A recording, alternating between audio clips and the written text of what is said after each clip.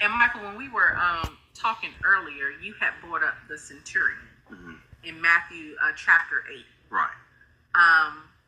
Do you want to expound on that a little bit? Well, that kind of goes in with the thought as far as, we're reading an Eastern book, living in a Western culture, and we're under a democracy, trying to understand a book that we are reading that's more about a theocracy. And so in Matthew chapter 8 and verse 8, what we have is the Bible tells us the story about a centurion man that came to Jesus about healing one of his servants. And you know what is a centurion, so people are clear.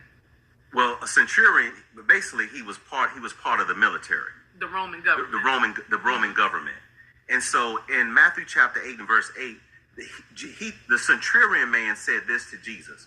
He had a certain understanding. He wasn't, he said, first of all, he said, Jesus, I'm not even worthy that you should even come to my house. He said, I'm not one of your disciples. I'm not even part of that crowd. That's the type of language he used. He said, but I do have this understanding. He said, I understand that I am a man under authority. Come on. He said, and I have men under me of authority. He said, and I say to one man, go, and he goeth.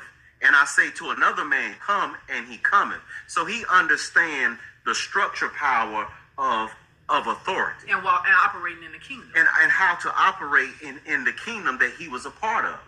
And he said, I understand and recognize, Jesus, that you are a king.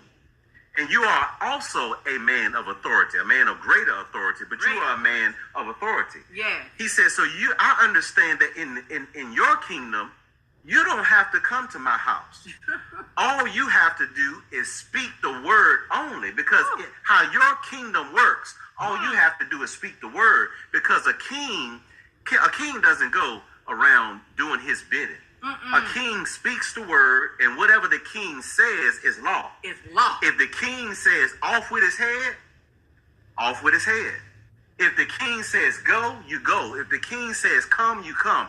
And that's how we should be, even as we serve the King of Kings. Whatever God says do, we do it.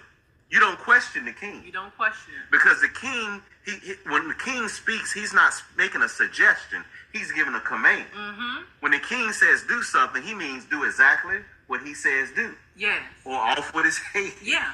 And so the centurion man, with this understanding. So with this understanding, he knew how the kingdom operated.